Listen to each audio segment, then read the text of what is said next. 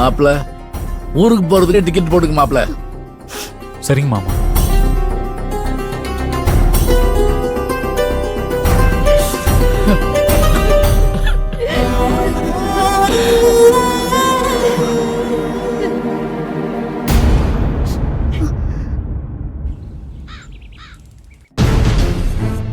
ஐயோ, இப்படி சொல்ல சொல்ல கேட்காம வாழ்க்கையவே அழிச்சுக்கிட்டானே.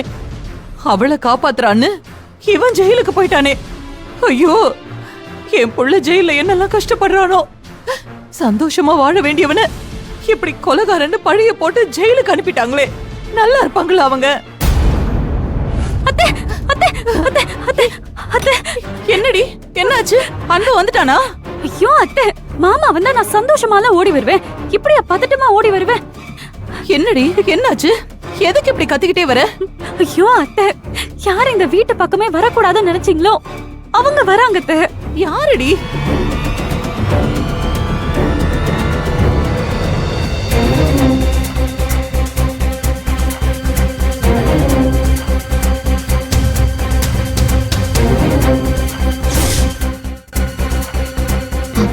வாங்கப்பா. அங்கேயே நில்லுங்க.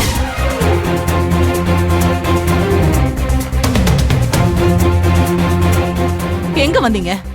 மாமா, அத்தை, எப்ப வந்தீங்க? ஏய், இதுக்கு மேல ஒரு வார்த்தை பேசுன அப்புறம் நான் உனக்கு அம்மாவும் கிடையாது, நீ எனக்கு பொண்ணும் கிடையாது.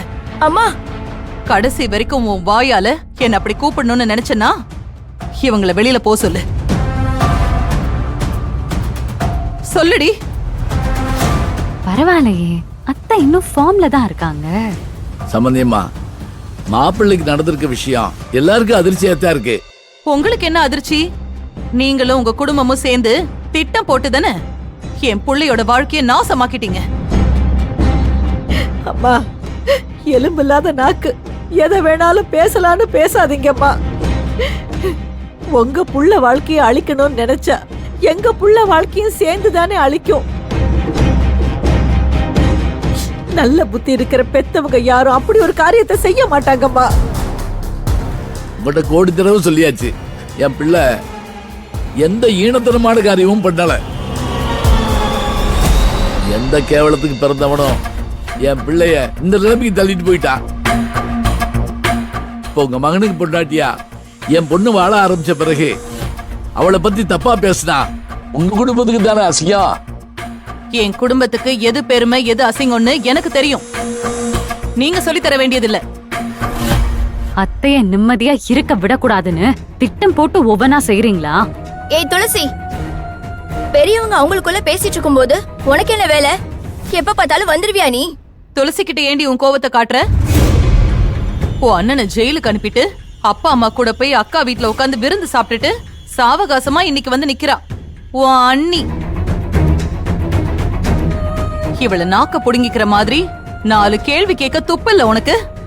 அத்தை, இப்ப கூட அவரை வெளியில கொண்டு வந்துடணும்னு சத்தியவதி மரத்தை பார்த்து பேசிட்டுதே வரேன்.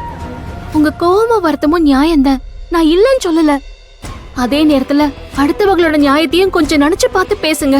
ஏய், என் புள்ளைக்கு இப்படி ஒரு அநியாயம் நடந்திருக்கும் போது யார் நியாயத்தையும் நான் பார்க்க வேண்டிய அவசியம் இல்ல. முதல்ல நீ வெளியில போ. என் புள்ளைய பிடிச்ச சனிய நீ. இந்த பாருங்கம்மா, சனியங்கன்னு பேசாதீங்க, நல்லா இருக்க சொல்லிவிட்டேன். நான் கேட்க ஆள் இல்லைன்னு என்ன கேப்பீங்க? இல்ல என்ன கேப்பீங்கங்கற? ஏமாளி ஒருத்தன் கிடைச்சான்னு உங்க பொண்ண அவன் தலையில கட்டி வச்சிட்டீங்க. நீங்க இதுவும் பேசுவீங்க, இதுக்கு மேலையும் பேசுவீங்க. அத்தை, எங்க அப்பா அம்மா ஒண்ணு எனக்கு கல்யாணம் பண்ணி வைக்கல. மனசார நேசிச்ச ஒரே காரணத்துக்காக நான் வேண்டான்னு விலகி நின்னப்ப கூட என் காதல மதிச்சு, என் மனச மதிச்சு, என் கழுத்துல தாலி கட்டினவரு உங்க புள்ள.